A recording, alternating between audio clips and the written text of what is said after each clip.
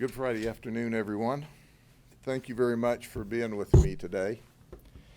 I have with me Chief Andy Ray from the Auburndale Police Department and Derek Blanton from the Winter Haven Police Department. You know, we did this recent Operation Child Protector 2, and as I always say when we do these operations, the strength of our investigations simply is our partnership with the police departments. We all work together to keep this community safe. We understand that criminals don't come and go according to city limits and county limits, and neither does support services from the sheriff's office and the police departments. We are all one, and this is just another example. So we did a 2-week operation, just the recent of what we've done over and over and over, to focus on those that are online seeking your children.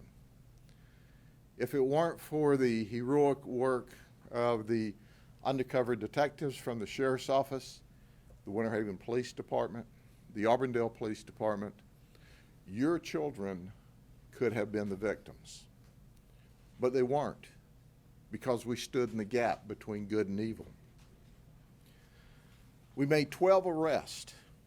They were not only from Central Florida, but you'll hear me talk about one that occurred in an arrest that occurred out of Alabama and one out of Michigan.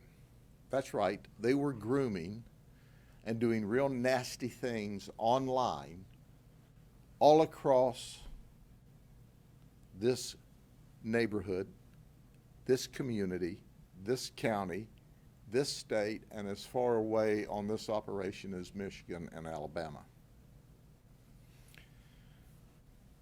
We say that we'll chase those child predators to the ends of the earth that want to harm our children.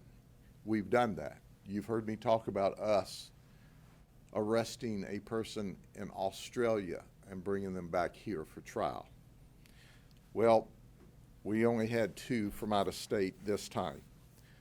But here's what is important to understand, and I want the parents to understand this. These aren't traditional criminals. 9 of the 12 of these folks don't have a criminal history. Did you hear what I said? 9 of the 12 don't have a criminal history. But what they are doing, these evil people, are lurking online and grooming children online to engage them in sexual conduct. 4 of the arrests traveled.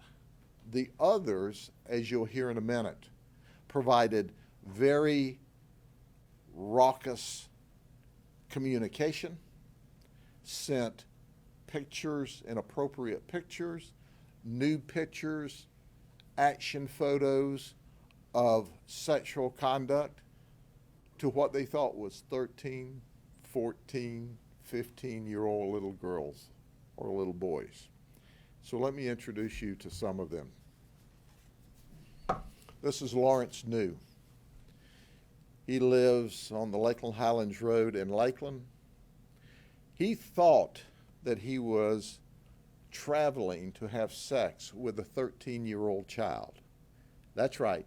He came from South Lakeland to our undercover location at the far northeast end of the county, thinking that he was going to have sex.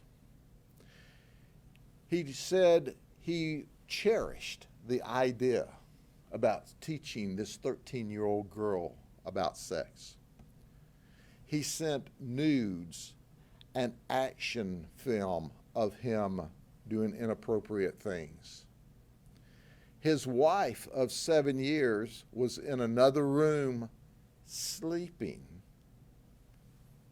whenever he did this. I'm sorry, she was in another room when he did this, and he had to wait for her to go to sleep so he could sneak out of the house to engage what he thought was a 13-year-old child.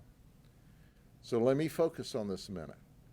He's in one room, his wife's in another room, he's sending all kinds of ugly things to what he thinks is a 13-year-old child. Then he leaves after she falls asleep and travels all the way across the county. He confessed. We've got him locked up in jail.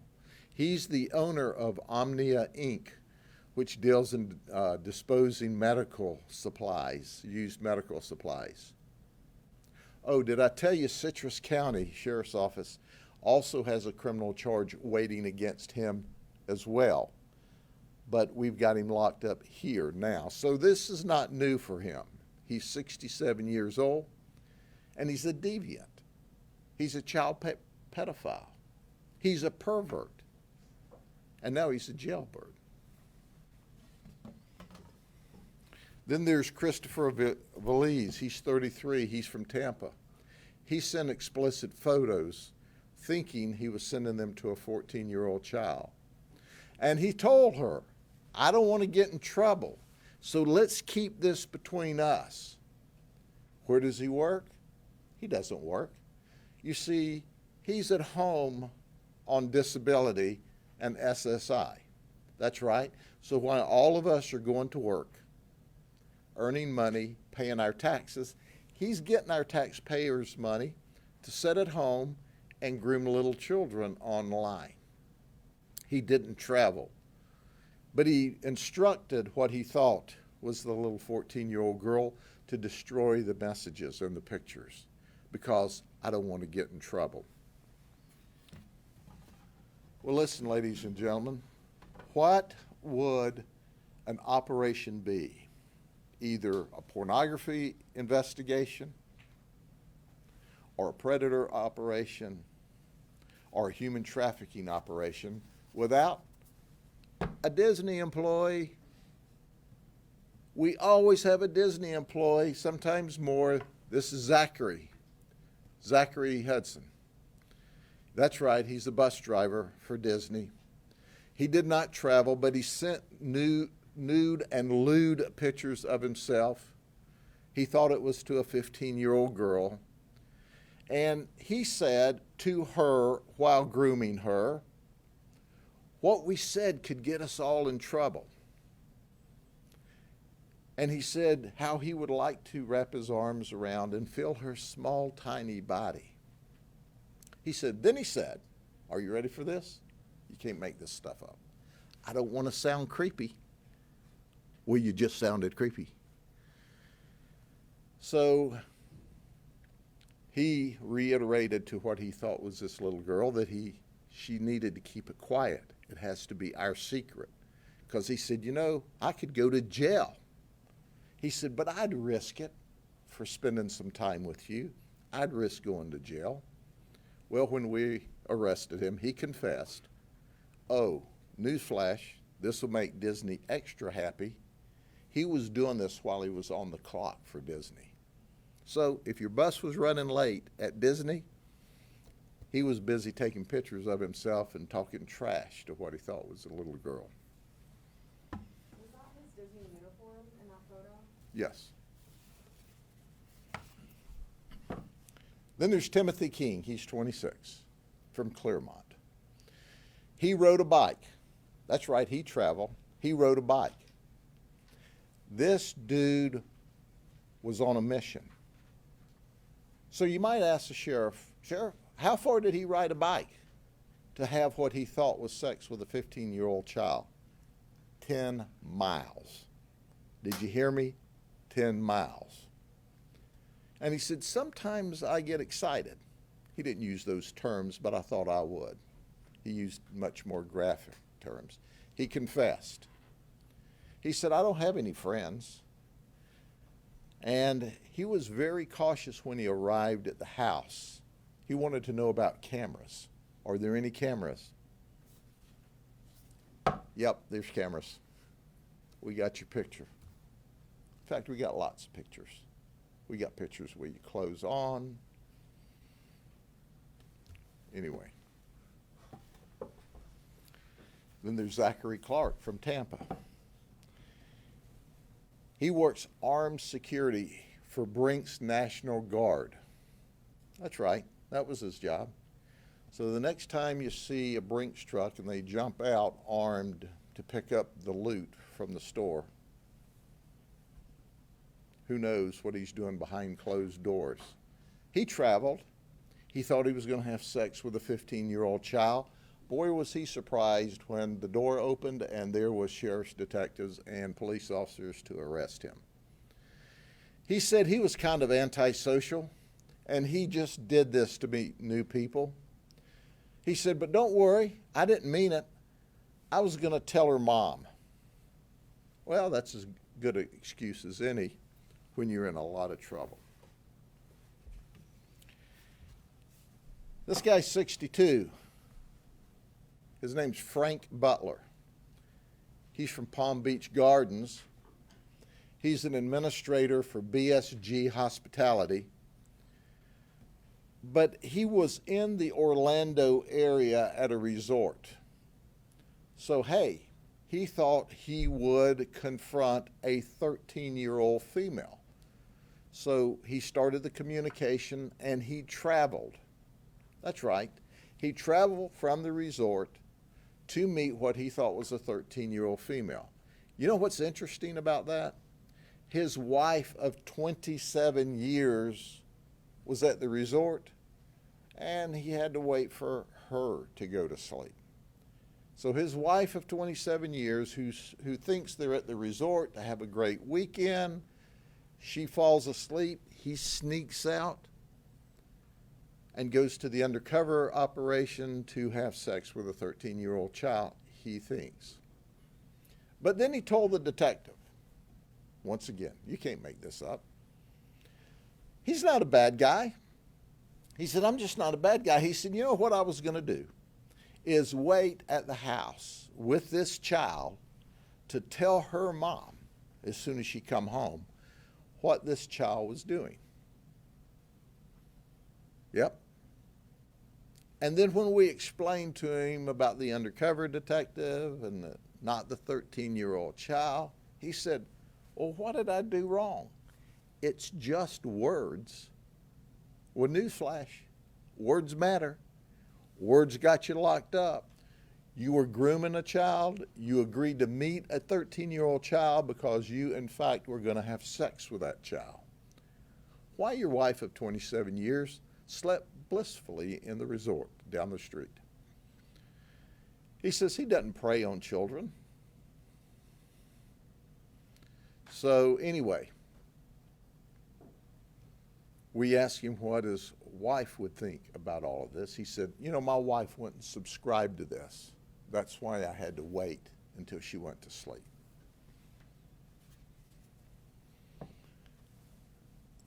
This is a stereotype of a predator and a pedophile.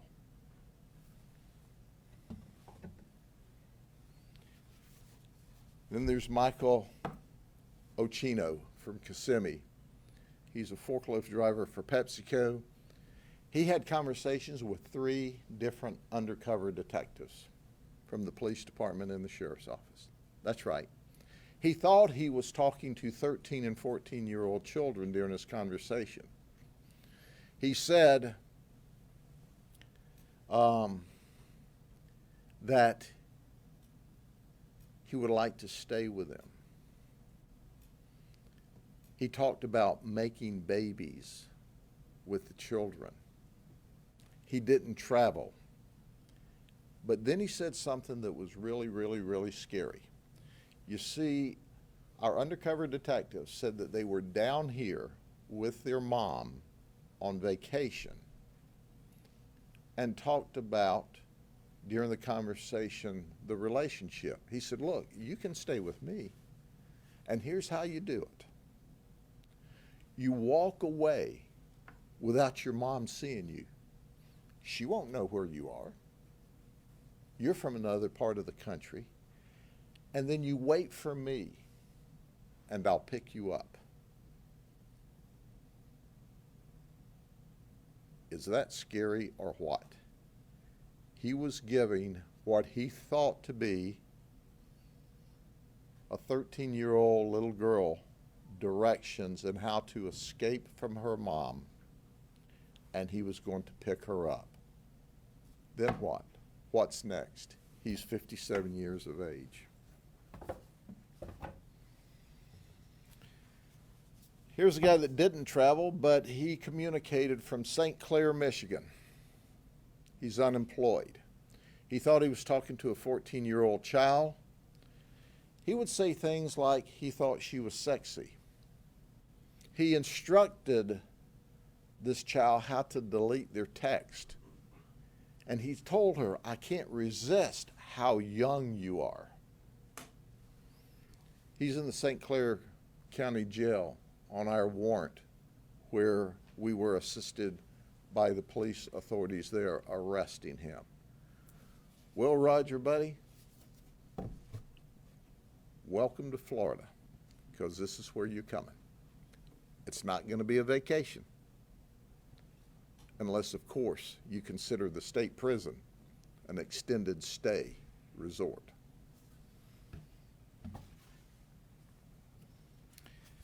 And then there's George Matthews. Here's what's interesting about old George. He's 66 years of age. He's from Ozark, Alabama. Are you ready for this? His job? He works at Fort Rucker. He's a Black Hawk mechanic. He works for M1 Support Services, which is a civilian company contracted to work on the Black Hawks.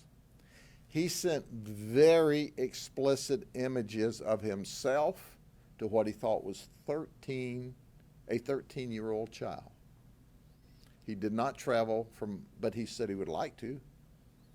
He made statements to the 13-year-old that he was old enough to be her grandfather. And then he engaged in some very nasty chat. Well, when he came to work the next day and he crossed onto the base, the military police arrested him. By the way, that base, if you're not familiar with Fort Rucker, is the Army Aviation Warfighting Center. He had chats with this 13-year-old not only while he was at home, but also while he was at work. I hope he didn't get so carried away with his chats that he forgot to put all the parts back on the Black Hawk helicopters. That could be a real problem. He's in the Dell County Jail. And he's not going to be flying here on a helicopter. I'll guarantee that.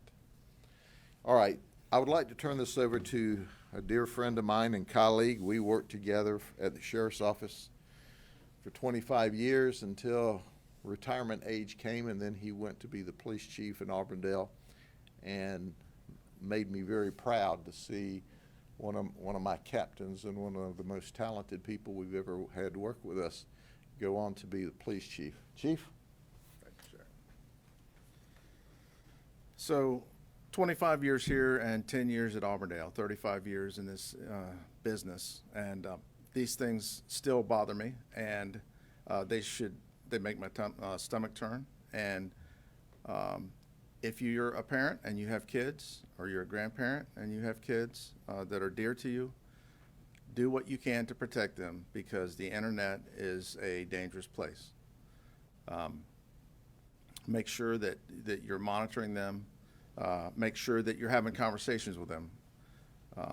There are a lot of nefarious actors out there, and we just want parents and grandparents, people who are responsible for kids, to be aware of that, and to talk to their kids about it. It's an important conversation to have. So thankful to the sheriff and his people for putting this operation together, and always thankful for the opportunity to be a team player and a partner to keep this county safe. So thanks, Sheriff. Thank you, Chief. Next we have Derek. Derek Blanton is with the Winter Haven Police Department. In fact, his father and I patrolled as deputies way, way, way back in the day. And so it makes me exceptionally proud to see Derek follow in the footsteps of his dad. Derek? Good afternoon. The members of the Winter Haven Police Department are more than happy to have participated in this operation. We'll be more than happy to participate in future operations that may come about. We're dedicated to doing our best to protect our kids in these situations. And I think it serves as a good reminder for both parents and the bad guys that, you know, we have really good detectives. So does the sheriff's office and Arbondale Police Department that are really good at their jobs, and they won't hesitate to put you in jail if you're involved in this type of situation. Thank you to the sheriff's office and Arbondale Police Department for also participating in this and having us participate as well. Thank you. Our folks collectively are simply the very best in the business at investigating and searching out and looking for these predators. But parents,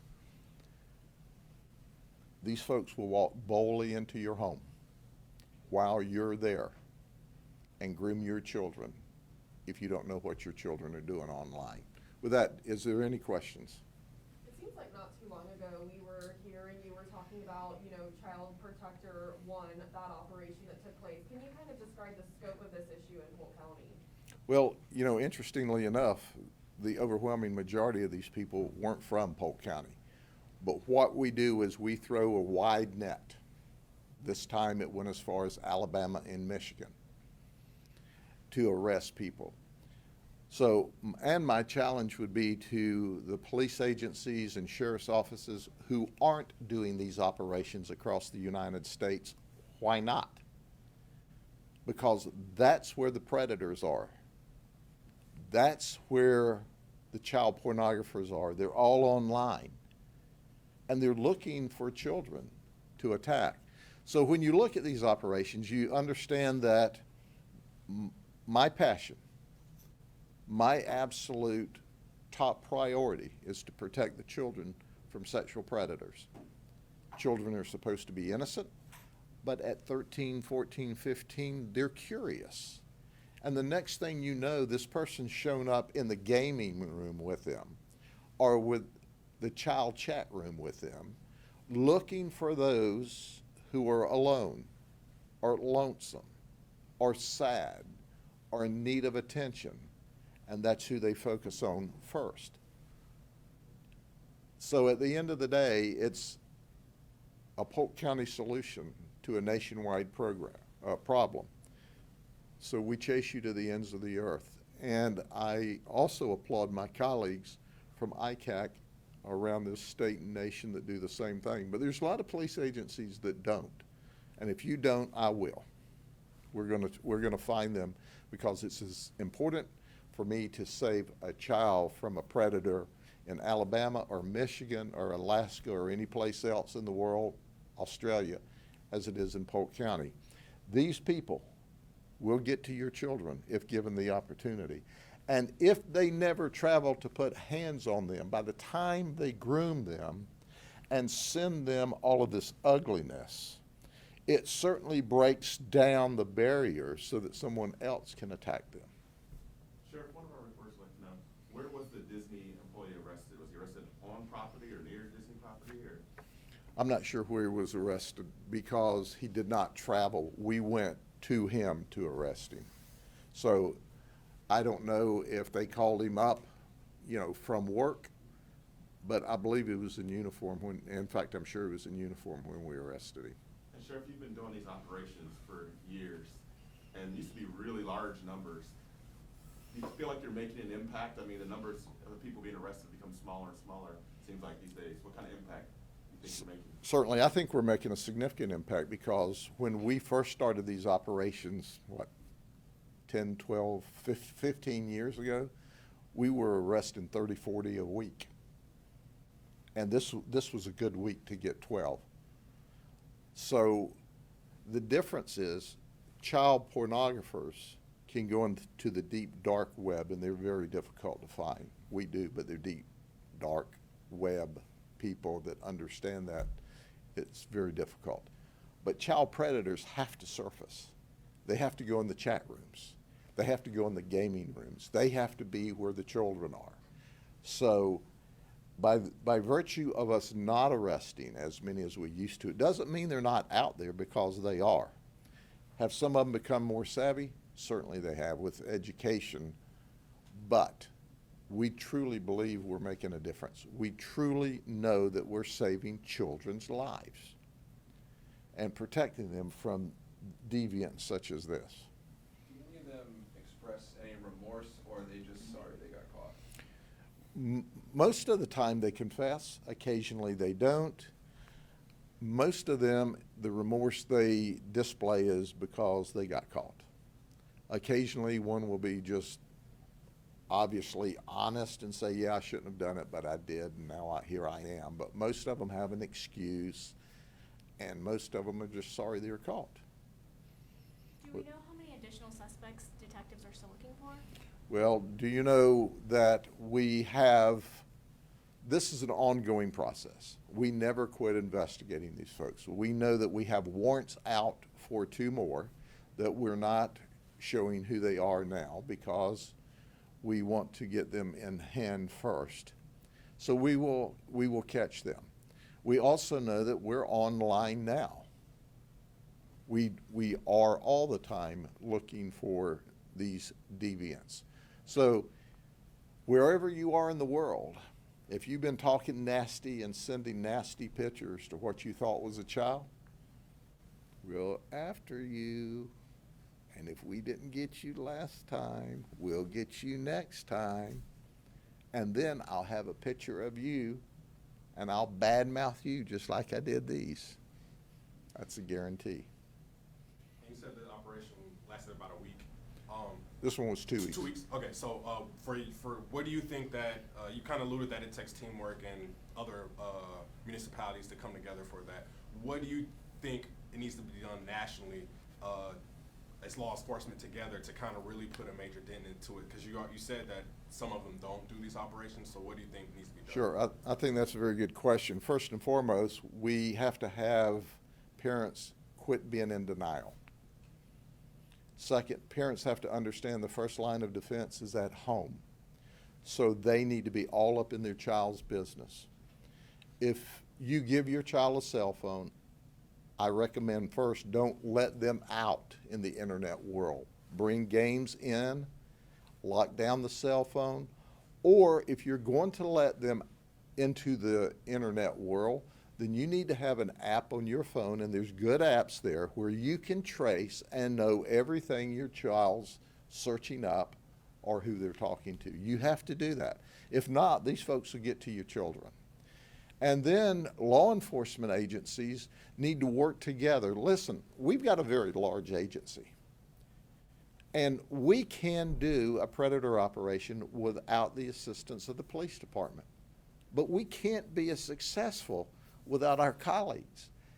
The more we have investigating, the more they help us, the more robust the investigation and the more arrest we can make. These police agencies that are standing with me today and others that have been in past operations with us are simply the very best. And we all care about the children, and we don't care whether they live in the city or in the county or in the state. We want to protect them.